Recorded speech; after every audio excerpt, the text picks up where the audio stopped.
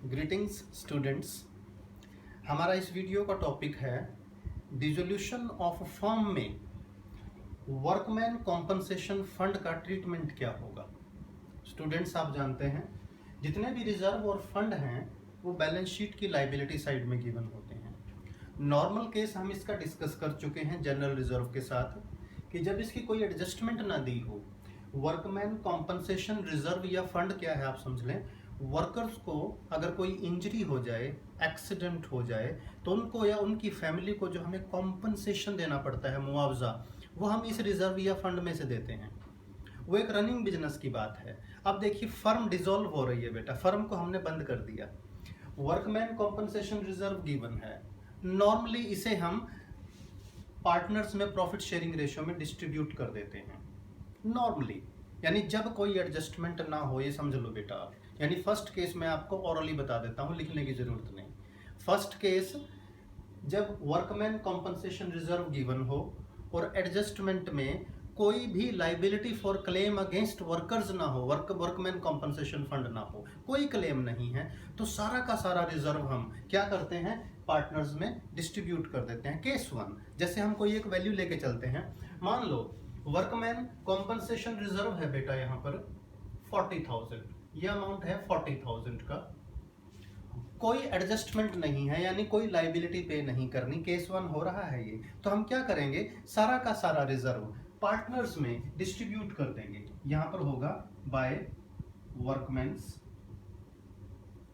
Compensation reserve या fund, जो भी टर्म दी हो। मान लो ए और बी पार्टनर है, प्रॉफिट शेयरिंग रेशियो इक्वल है, तो 40,000 दोनों पार्टनर्स में इक्वली डिवाइड हो जाएगा। Reserve account debit to A's capital to B's capital account. ये सिंपल जर्नल एंट्री जो हम पहले भी डिस्कस कर चुके हैं। अब मैं फटाफट केस नंबर 2 पे आता हूं कि जब क्वेश्चन में रिजर्व गिवन है और उसके अगेंस्ट लाइबिलिटी भी गिवन है, यानी उस रिजर्व में से हमने वर्कर्स को कुछ लाइबिलिटी पे करनी है। तो एक तरह से केस नंबर 2 ले लीजिए बेटा, इसको 1 तो हमने कर ही लिया। अब वर्कमैन कॉम्पनसेशन रिजर्व है बेटा 40,000, जो हम बैलेंस शीट में लेके चले हैं। इसी वैल्यू को, इसी फिगर को हम आगे बढ़ाएंगे। और मान लो लाइबिलिटी फॉर क्लेम है, लाइबिलिटी फॉर क्लेम ₹25,000। अब क्या करें, आपको ध्यान रखना है जितनी लाइबिलिटी हो जो हमने इस रिजर्व में से, इस फंड में से पे करनी है, इस लाइबिलिटी के बराबर का रिजर्व का अमाउंट कहाँ जाएगा, रियलाइजेशन के क्रेडिट में जाएगा। यानी यहां लिखेंगे, यानी नॉर्मल केसेस में वर्कमैन कॉम्पनसेशन रिजर्व कहाँ जाता है, कैपिटल अकाउंट के क्रेडिट में। लेकिन जब इसके अगेंस्ट कोई लाइबिलिटी हो, यानी इस रिजर्व में से हमने कोई लाइबिलिटी पे करनी है, तो जितनी लाइबिलिटी हो उतना रिजर्व तो जाएगा रियलाइजेशन के क्रेडिट में बाय वर्कमैन कॉम्पनसेशन फंड या रिजर्व। जैसे हमने इस क्वेश्चन में लिया है 25,000, और बाकी का अमाउंट पार्टनर्स में डिस्ट्रीब्यूट हो जाएगा। चलिए इसको एंट्रीज के थ्रू करके देखते हैं। Workman compensation fund account debit 40,000, यानी रिजर्व तो पूरा का पूरा डिस्ट्रीब्यूट होना है, यूज होना है। इसमें से 25,000 चला जाएगा रियलाइजेशन अकाउंट में, टू रियलाइजेशन अकाउंट 25,000। देखिए हमने ट्रांसफर कर भी दिया वो ट्रांसफर एंट्री। और जो 15,000 का है वो पार्टनर्स में डिस्ट्रीब्यूट होगा। पार्टनर कौन है, partner A to A's capital account to B's capital account. 40 में से 25 माइनस कर दो, 15,000, प्रॉफिट शेयरिंग रेशियो इक्वल है, तो दोनों पार्टनर्स में डिवाइड हो जाएगा 7,500, 7,500। ये देखो, ये केस 1 था बेटा। केस 2 में लिख भी देता हूं 2। केस 2 में क्या होगा, by workman compensation reserve. Case 1 में पूरा ही डिस्ट्रीब्यूट हुआ था क्योंकि वहां लाइबिलिटी नहीं थी। केस 2 में लाइबिलिटी है 25,000 की, तो बाकी का जो 15,000 है वो दोनों पार्टनर्स में इक्वली डिवाइड हो जाएगा। देखिए ये केस 1 था, ये केस 2 है। जब लाइबिलिटी हो तो लाइबिलिटी माइनस करके जितना रिजर्व बचता है हम उस अमाउंट को ही डिस्ट्रीब्यूट करते हैं। अब केस नंबर 3 लेकर चलते हैं स्टूडेंट्स। देखिए केस नंबर 3 हमारा होगा जब हमारी जो लाइबिलिटी है वो वर्कमैन कॉम्पनसेशन फंड के बराबर है। यानी वर्कमैन कॉम्पनसेशन फंड 40,000 है तो लाइबिलिटी भी 40,000 है। यानी 40,000 का रिजर्व था और 40 की ही हमने लाइबिलिटी पे करनी है। इसका मतलब पार्टनर्स के लिए कुछ नहीं बचा। तो थर्ड केस में क्या होगा, रिजर्व का सारा पैसा, ये केस 2 था बेटा, यहां भी लिख देता हूं। थर्ड केस में रिजर्व का सारा पैसा बाय वर्कमैन कॉम्पनसेशन फंड या रिजर्व अकाउंट 40,000, सारा का सारा पैसा यहां ट्रांसफर हो जाएगा रियलाइजेशन अकाउंट के क्रेडिट में। यानी पार्टनर्स के लिए कुछ बचा ही नहीं। इसकी अगर जर्नल एंट्री पास करनी हो तो देखिए, वर्कमैन कॉम्पनसेशन फंड या रिजर्व अकाउंट डेबिट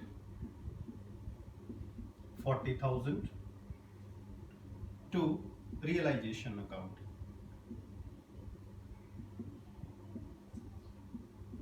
देखिए मेरा फोकस आपको रिजर्व, वर्कमैन कॉम्पनसेशन फंड या रिजर्व को बताना है बेटा। इसमें एक एंट्री और बनती है, अगर आप चाहें जैसे जर्नल एंट्रीज आ जाएं तो वो जरूर कीजिएगा। अब देखो 40,000 का रिजर्व कहाँ ट्रांसफर हो गया, रियलाइजेशन के क्रेडिट में, तो इसकी पेमेंट भी तो करेंगे। केस नंबर 2 में मैंने 25,000 की एंट्री नहीं की, तो इस एंट्री से समझ लीजिए वहां भी जनरल एंट्री होगी। जब हम इस 40,000 की एंट्री करेंगे तो हमारी एंट्री होगी realisation account debit 40,000 to bank या कैश अकाउंट। यानी जितनी लाइबिलिटी थी पहले उतना रिजर्व या फंड हमने क्रेडिट में ट्रांसफर किया। फिर जब इसकी पेमेंट करेंगे, केस नंबर 3 है, देखिए ये, to bank account 40,000। Case number 2 भी देख लो बेटा, केस नंबर 2 में ये एंट्री छूट गई थी, टू बैंक अकाउंट, वहां हमारी लाइबिलिटी थी 25,000, तो वो हम ऐसे पे कर देंगे। ये केस नंबर 2 के लिए है और ये केस नंबर 3 के लिए है। प्लीज सी, यानी जब भी क्वेश्चन में जनरल एंट्रीज आ जाएं तो पहले हमें वर्कमैन कॉम्पनसेशन रिजर्व के ट्रांसफर की एंट्री दिखानी है और उसके बाद जितना लाइबिलिटी या क्लेम है उसकी पेमेंट की एंट्री दिखानी है। अब केस नंबर 4 पे आ जाइए स्टूडेंट्स। अब केस नंबर 4 क्या है, केस नंबर 4 में होगा कि जो लाइबिलिटी का अमाउंट है वो ज्यादा है, लाइबिलिटी का अमाउंट ज्यादा है। मान लो लाइबिलिटी इज 55,000। ये केस देखिएगा, हमने रिजर्व का मतलब अरेंजमेंट, प्रोविजन, हमने इकट्ठे किए हुए थे 40,000 रुपए, लेकिन पेमेंट करनी पड़ गई, क्लेम कितना हुआ 55,000। यहां भी पार्टनर्स के लिए कुछ नहीं बचा, उल्टा हमें ज्यादा पे करने पड़े। 40,000 का इंतजाम था, हमें 55 पे करना पड़ गया। तो हम क्या करेंगे, 40,000 को पहले ट्रांसफर करेंगे, ये केस नंबर 4 है। पहले वही एंट्री होगी, workman compensation reserve account debit 40,000 to realisation account. अब हमारे पास कोई ऑप्शन नहीं है, हमारे पास जितना मैक्सिमम रिजर्व है वो सारा का सारा ट्रांसफर कर देंगे, क्योंकि ये केस कौन सा है, लाइबिलिटी ज्यादा है, लाइबिलिटी का अमाउंट जो है that is more than workman compensation fund और रिजर्व। तो हम क्या करेंगे केस नंबर 4 में, बाय वर्कमैन कॉम्पनसेशन फंड या रिजर्व, सारा का सारा अमाउंट हमने ट्रांसफर कर दिया। यहाँ केस नंबर 4 लिख दिया मैंने।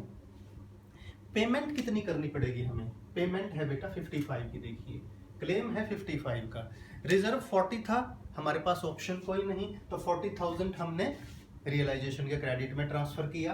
अब पेमेंट कितनी करनी पड़ेगी 55,000 की, तो जो सेकंड एंट्री होगी रियलाइजेशन अकाउंट डेबिट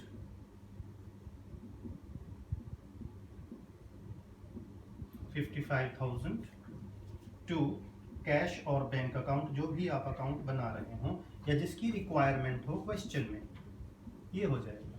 तो केस नंबर 4 में रियलाइजेशन के डेबिट में जो आना है to bank account, actual payment हुई 55,000। ये सभी एक्सपेंसेस हैं, मैं ब्रैकेट में लिख देता हूं, ये these are the not expenses, sorry, these are liabilities paid, liabilities paid by the firm।